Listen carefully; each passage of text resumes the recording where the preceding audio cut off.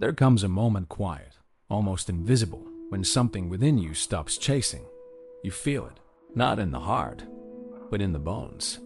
Not as sadness, but as clarity. The world keeps spinning, voices calling, hands reaching. But you begin to step back, not to hide, not to flee, but to see. Because somewhere between the weight of expectation and the theater of approval, you began to awaken to a deeper truth. That freedom is not found in the crowd. It's born in the silence. It grows in solitude.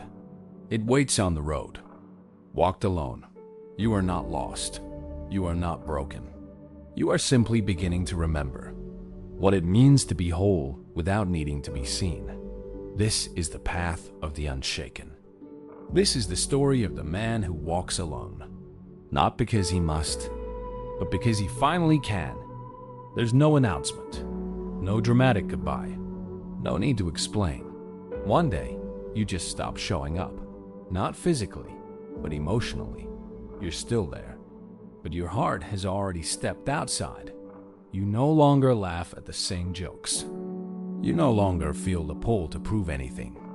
And even though no one sees it yet, you've already started leaving. Leaving the roles, leaving the noise, leaving the life that was never really yours to begin with. It starts with discomfort. A tightness in your chest every time you're in the wrong room. A voice in your mind whispering, this isn't where you're meant to be, but you ignore it. You try to blend in. You tell yourself it's just a phase, that everyone feels this way, until the pretending becomes unbearable. And then, almost silently, you choose something else. Not something grand, not something loud, just truth. You begin to say less. You listen more to yourself. And the more you hear your own thoughts, the less you believe the world's version of you. That version that was always agreeable, always smiling, always trying so damn hard to be enough. You start to see how much of your life was built on fear. Fear of being misunderstood. Fear of disappointing others. Fear of being alone. But here's the thing most people never learn. Running from solitude is the fastest way to lose yourself. Because in trying to belong everywhere, you end up belonging nowhere. So you leave. Not in anger, not in arrogance, but in quiet clarity. You stop explaining your choices. You stop waiting for people to understand. You stop needing approval from those who never truly saw you. And it's terrifying at first. Like walking into a fog with no map, no guide, no applause. Just you and the weight of your own truth. But then, a strange peace begins to rise. The silence, once so heavy, begins to feel like home. The space, once so empty, begins to feel full. You realize you were never meant to be everything to everyone. You were meant to be something real to yourself. And that means walking away from the versions of you that were built just to survive, from the rooms that taught you to shrink, from the conversations where your soul was never invited. This is not rebellion.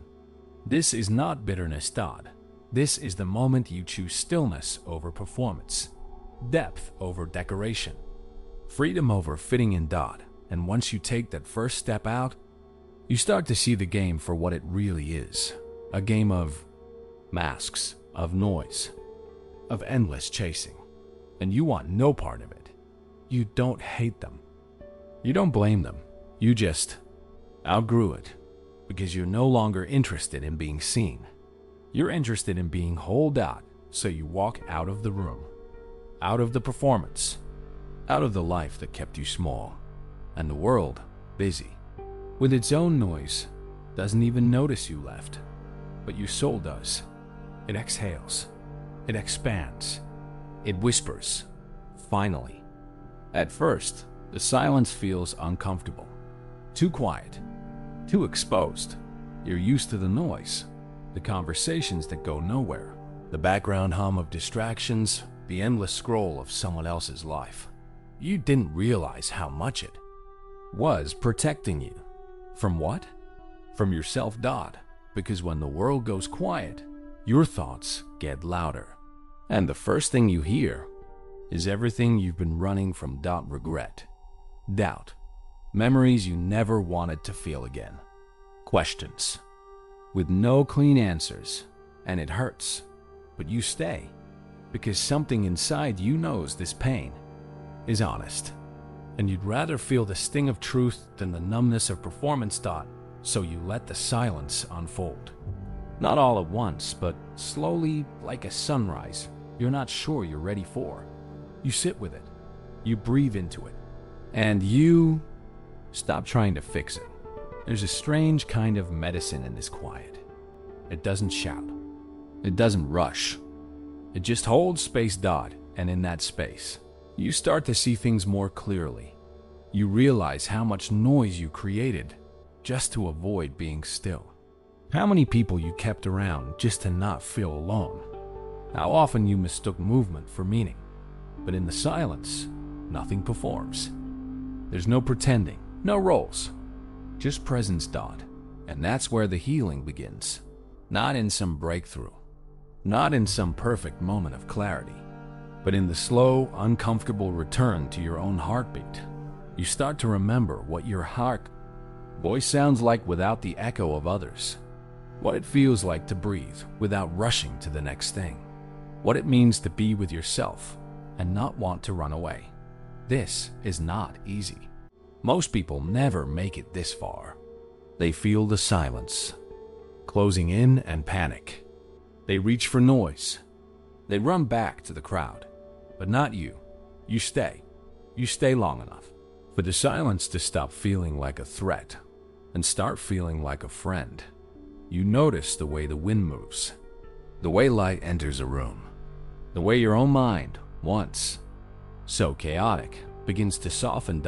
And in this stillness, you hear something you haven't heard in a long time. Yourself, not the version they wanted, not the mask you wore to be accepted, but the voice beneath it all, tired, yes, wounded, maybe, but real. And finally, free to speak. This is not the end of the journey. It's just the first moment you start to come alive, because silence is not the absence of life. It's the space where life begins again. There's something strange that happens when you spend enough time alone, not just alone in space, but alone in silence, alone in truth. You start to see yourself, not the version you crafted for the world, not the image you've polished for approval, but the raw, unfiltered reflection of who you really are. At first, it's uncomfortable. Like looking into a mirror you've avoided for years. You see every fear you've buried, every insecurity you've painted over, every lie you've told yourself just to survive. But you don't look away this time, because you're not trying to perform anymore. You're not trying to be liked. You're trying to be whole. And that means facing the parts of you that never had a voice, the child who was never heard, the version of you that learned to shrink to keep the peace, the dreams you abandoned to be accepted. Solitude doesn't create these truths. It just gives them space to speak. And as painful as it is, you listen, because somewhere inside you know, this is how you heal. By seeing, by hearing, by not turning away from your own reflection. And the more time you spend in that mirror, the more the shame begins to dissolve. You realize that your darkness was never a curse. It was a signal, a wound asking to be witnessed. And now, you're finally witnessing it. There's no one to impress here, no one to applaud your progress or judge your process. Just you, and the quiet work of returning to yourself. And in that quiet work, you begin to feel something strange. Compassion. Not the kind you give to others while withholding it from yourself. Not the kind that says, I forgive you, with conditions. But the kind that looks at your reflection, scars and all, and says, you don't have to earn your worth anymore. You begin to soften, to stop fighting who you've been, to stop punishing yourself for not knowing better back. Then you begin to understand that solitude is not a punishment. It's a sanctuary, a sacred space where all the noise fades and only what's real remains. The world will try to convince you that solitude is emptiness, that if you're not surrounded, you're forgotten, that if you're not busy, you're failing. But solitude tells a different story. It says, be still and meet yourself again. Sit down, strip away the noise, and see what's left. And what's left is someone who survived, someone who kept going, someone who, despite everything, is still here, still searching for something honest in a dishonest world. That's not weakness. That's not failure. That's courage. And maybe, just maybe, it's the beginning of becoming whole. We all wear masks. Some are quiet, like politeness. Some are louder charm, ambition, self-assured smiles that hide silent storms. We build them young. We polish them daily. We wear them so well, even we forget they're not real. Because masks are rewarded, they're applauded, they're safe, but they're not you. And the longer you wear one, the heavier it becomes. It presses into your skin. It fuses with your identity, until one day you look in the mirror and see someone familiar, but not you. And that's when something cracks.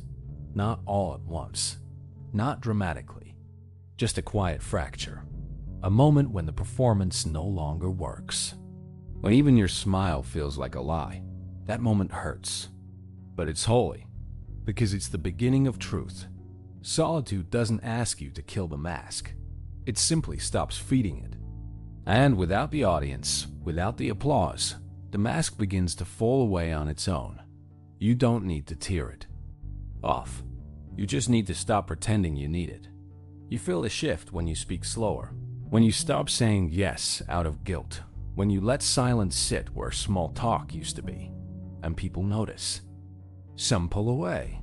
Some demand the old version of you. But you keep walking, not to become someone new, but to remember someone ancient, the version of you that existed before the world told you who to be. And here's the beautiful, terrifying truth. That version doesn't need a script. It doesn't need validation. It doesn't even need words. It simply is. It breathes differently. It sees clearly. It stands alone, not as a rejection of others, but as a return to essence. This is not about hating who you were.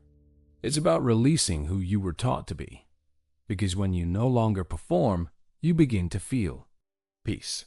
Not the kind sold in self-help slogans, but the deep, still kind. The kind that comes when nothing is hidden.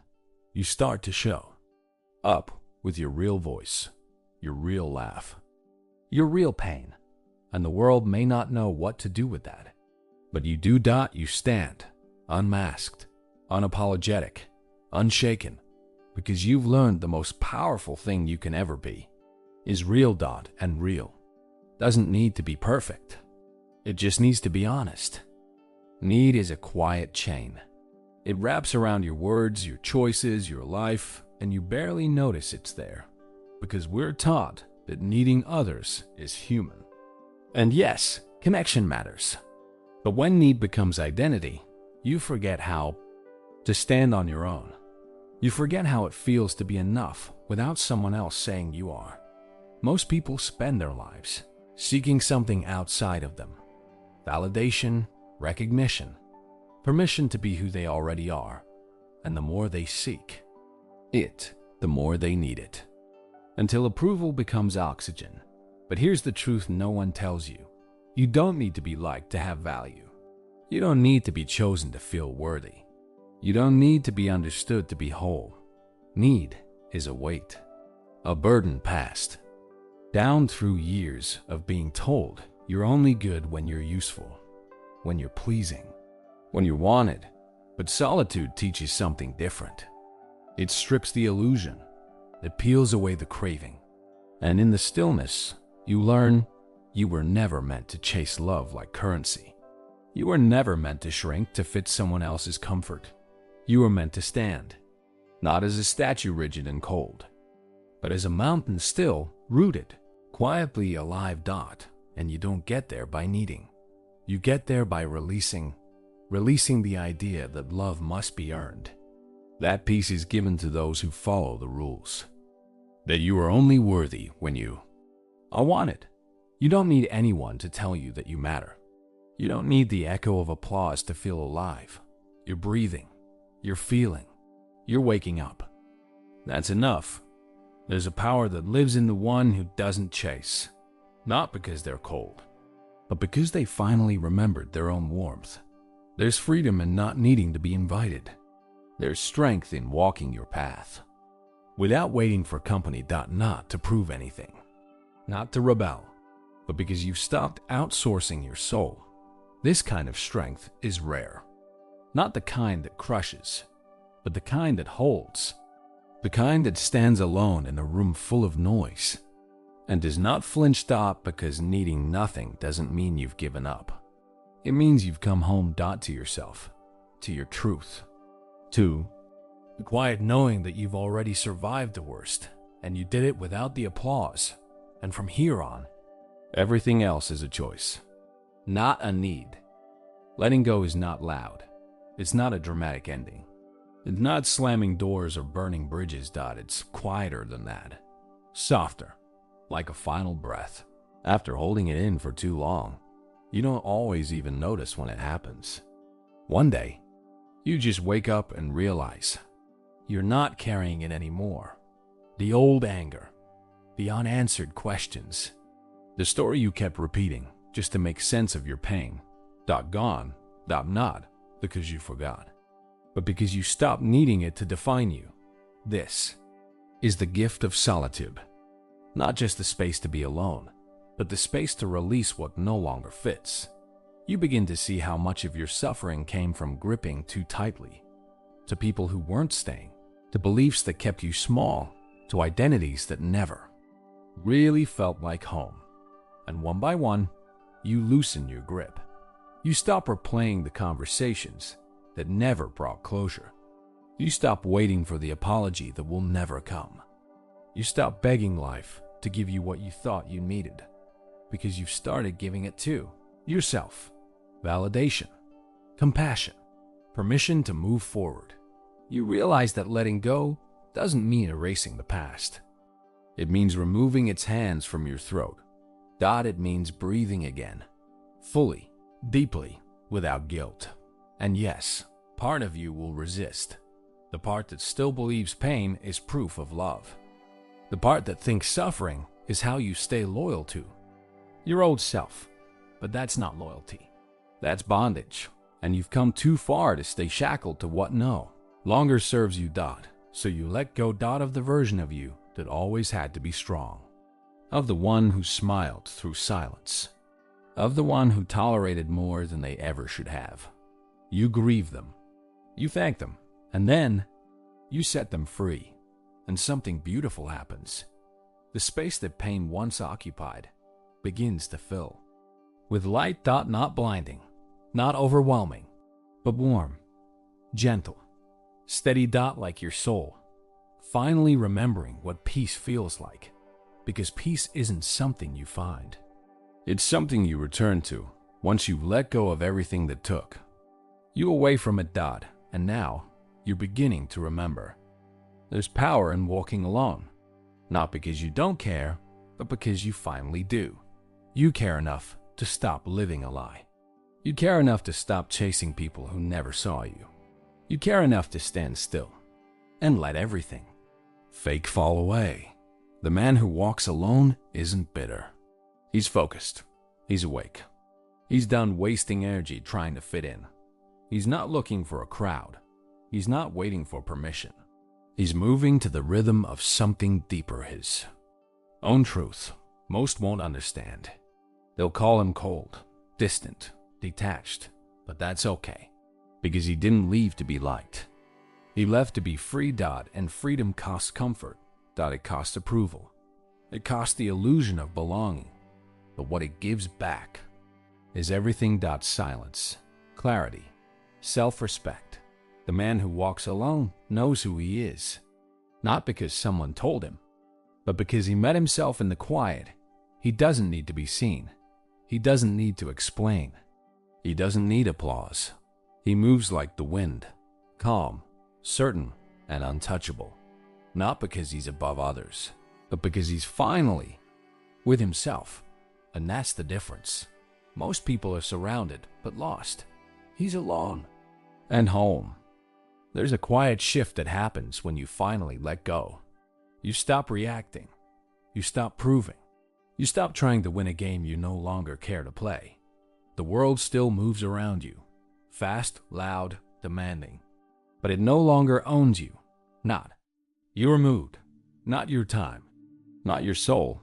You see it clearly now, how it runs on fear, on image, on people trying to be enough in places that will never love them back.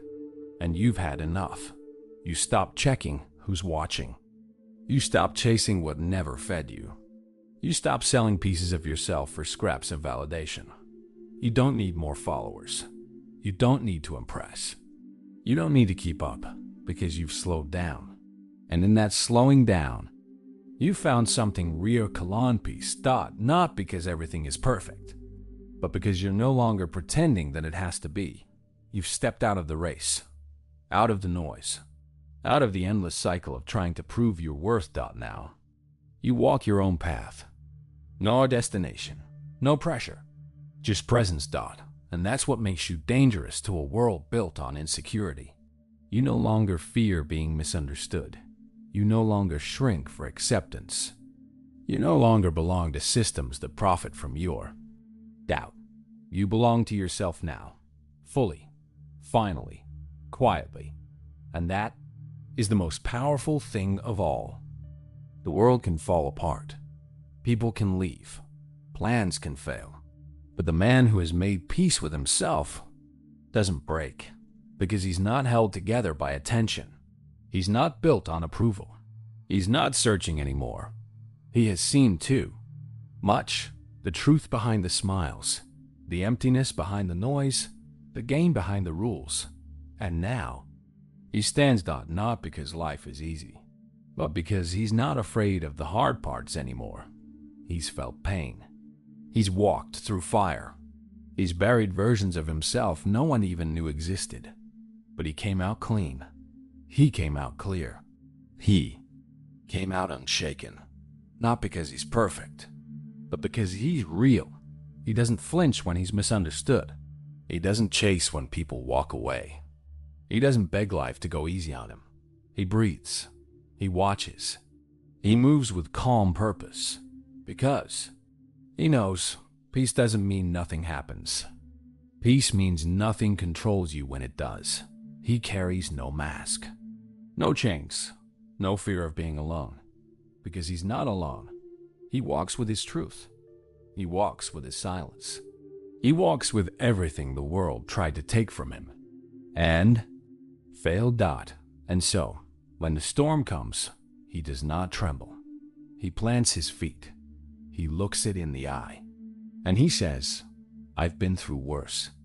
You've walked far. Maybe not in miles, but in awareness, in courage, in truth. And now, here you are. Not louder, not richer, not more impressive to anyone looking in from the outside, but quieter, more whole, more you. You've let go. You've stood alone.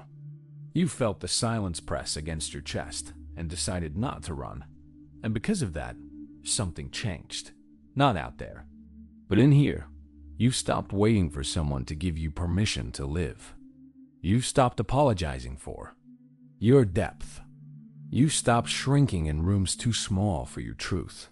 And now, even if you walk alone, you walk in peace. Not because the path is easy, but because it's yours. This is what it means to be unshaken. Not untouched by life, but unmoved by its demands. To look the world in the eye and whisper, I remember who I am now. So take this with you, this stillness, this clarity, this knowing. Let it guide you back when the noise returns. Let it anchor you when the masks call your name. Because once you've walked this path, you can never fully forget it. It lives. In your breath, in your bones, in your quiet refusal to ever again abandon yourself. You are not lost. You are not broken. You are becoming. And from here on, every step you take is a return.